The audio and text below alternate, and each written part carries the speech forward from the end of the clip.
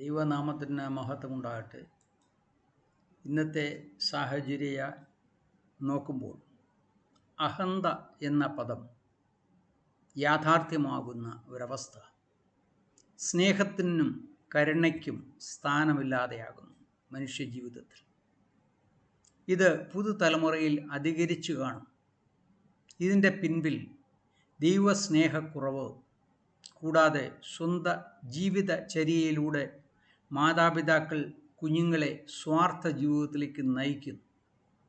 അതുകൊണ്ട് വിദ്വേഷവും പകയും സ്വാർത്ഥ താല്പര്യങ്ങളും ഉള്ള ഒരു ഹൃദയത്തിന് ഉടമകളായിത്തീരുന്നു പുതുതലമുറ.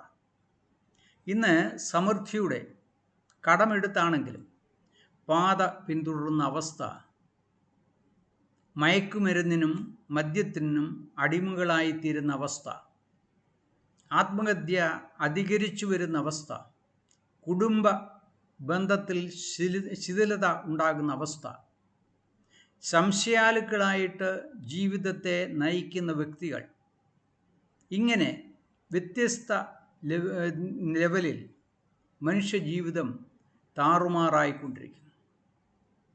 എന്നാൽ ആർ ഇവരെ പറഞ്ഞു മനസ്സിലാക്കും? നേർപാത. അതിനൊരു വഴിയേ ഉള്ളൂ: തിരുവചന സത്യത്തെ ഉൾക്കൊള്ളുക, ദൈവത്തെ അറിയുക, ദൈവത്തിൻ്റെ സന്നിധിയിലേക്ക് കടന്നു വരിക, സ്നേഹത്തിൻ്റെ, മനുഷ്യത്വത്തിൻ്റെ, ആത്മാർത്ഥതയുടെ ആത്മാക്കളായി മാറുക. അതിന് പകരം തിന്മ പ്രവർത്തിച്ച് അധർമ്മ പ്രവർത്തികളിൽ വ്യാപൃതരായിട്ട് ദൈവഹിതത്തെ മാനിക്കാതെ സ്വാർത്ഥതയ്ക്കും സ്വാർത്ഥ ലാഭത്തിനും മാത്രം സ്ഥാനം നൽകുന്ന ഒരവസ്ഥയിലേക്ക് ഇന്ന് മാറിക്കൊണ്ടിരിക്കുകയാണ്. അതിൻ്റെ ഫലസ്വരൂപം വിവേകികൾ ആയിരിക്കേണ്ടവരെ അടിമകളാക്കുന്നു, അവരെ ഭരിക്കുന്നു. ദേശം നശിക്കുന്നു, കുടുംബ ബന്ധം തകരുന്നു. കരയുക ജനമേ, വരുന്ന വിപത്തിനെ ഓർത്ത് തിരിക നിൻ്റെ സൃഷ്ടാവിലേക്ക്. ഇത് പറയുക മാത്രമേ സാധിക്കുകയുള്ളൂ. അത് ശ്രവിക്കുകയോ ഉൾക്കൊള്ളുകയോ തങ്ങളെ തന്നെ മാറ്റുകയോ ശുദ്ധീകരണത്തിൻ്റെ അനുഭവത്തിലേക്ക് നയിക്കുകയോ ചെയ്യുവാൻ അവരവർക്ക് മാത്രമേ സാധിക്കൂ. അവരവരുടെ ജീവൻ നന്മയുടെ മാർഗത്തിലേക്ക് നയിക്കാൻ അവരവർ ശ്രമിക്കണം.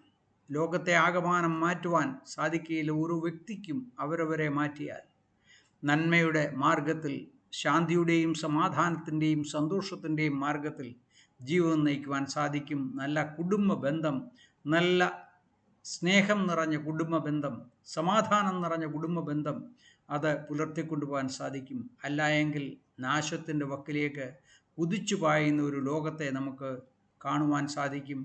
അധികം താമസമില്ല ദൈവത്തിൻ്റെ രണ്ടാമത്തെ വരവിന്. അന്ന് ന്യായവിധി ഉണ്ടാകും, ശിക്ഷാവിധി ഉണ്ടാകും. ഇത് ഭയപ്പെടുത്തുകയല്ല, ഒരു ഓർമ്മപ്പെടുത്തലാണ്. നിങ്ങളെയൊക്കെയും ദൈവം അനുഗ്രഹിക്കും.